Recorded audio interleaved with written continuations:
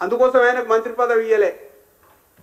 ఎంత కొట్టుకున్నా కేసీఆర్కి మంత్రి పదవి ఇయ్యలే. దొంగ నోట్లు చేస్తున్నాడు, ఇది పెద్ద స్కాము, ఇది పార్టీని బదనాం చేస్తుందని చెప్పేసి ఎంతమంది చెప్పినా కానీ ఆయనకు మంత్రి పదవి ఇయ్యలే.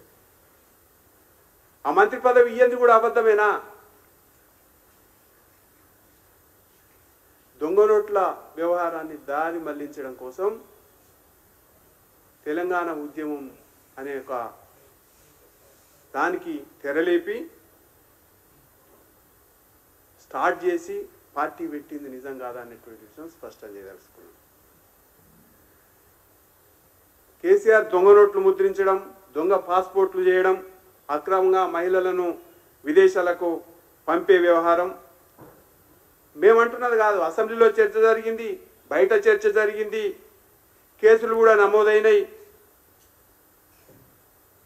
కాంగ్రెస్ పార్టీ ఎందుకు? కాంగ్రెస్ పార్టీ ఇవాళేమో మళ్ళీ గుడుగుడు కొంచెం గుండె రాగమని ఇద్దరు కలిసి తిరుగుతున్నారు. ఇది తమిళనాడుకు, తర్వాత స్టాలిన్ని కలిపి KTR, Congress party, BRS party, DMK, CPM అందరు కలిసి తిరుగుతూ ఉన్నారు. ఆ రోజు ఎందుకు కాంగ్రెస్ పార్టీ పెద్ద ఎత్తున ధర్నా చేసిందని చెప్పేసి మేము అడుగుతా ఉన్నాం. దొంగ నోట్ల మంత్రి కేసీఆర్ను బర్తరఫ్ చేయాలని కాంగ్రెస్ పార్టీ ధర్నా చేసింది, దాన్ని మర్చిపోయిరా అని చెప్పేసి అడుగుతా ఉన్నాం. దానికి సంబంధించినటువంటి క్లిప్పింగ్స్ కూడా ఒకటి మీకు మేము చూపించేటువంటి ప్రయత్నం చేస్తాం. అన్ని ఒకటేసారి చూపిస్తాం. కేసీఆర్ ఎట్లా అంటాడో, దొంగనో కాదో,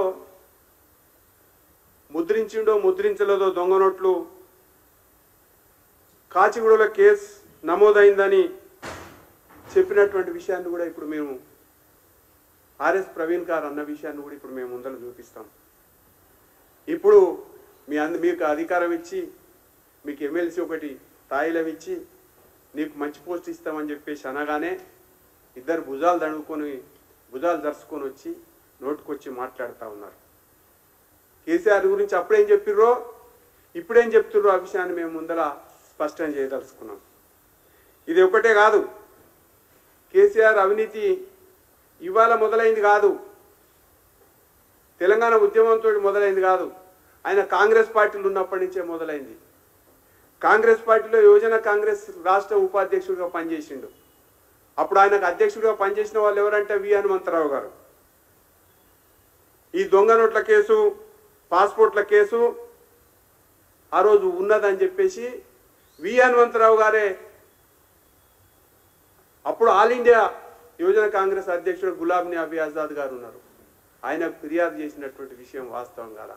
ఆ తర్వాత హనుమంతరావు గారి దగ్గరకు వచ్చి బతిలాడుకొని నాకు కొన్ని రోజులు సమయం ఇయ్యి, నేను అన్నింటినీ తేల్చి చెప్తా అని చెప్పి అప్పుడు ఒకసారి హనుమంతరావు గారిని మోసం చేసి మళ్ళీ టీడీపీలో చేరినటువంటి విషయం వాస్తవం కాదా? ఇది హనుమంతరావు గారిని అడిగితే పూసగుచ్చినట్టు చెప్తాడు. నువ్వు టీడీపీలో చేరింది వాస్తవం కాదా? తెలంగాణ ఉద్యమం మొదలుపెట్టింది వాస్తవం కాదా? టీడీపీ నుంచి బయటకు వచ్చేసి తర్వాత 2006లో యూపీఐఎంలో ఈయన కేంద్ర కార్మిక మంత్రిగా ఉన్నాడు, పనిచేసిండు. సహారా స్కామ్, 800 కోట్ల సహారా స్కామ్ బయటకు వచ్చింది.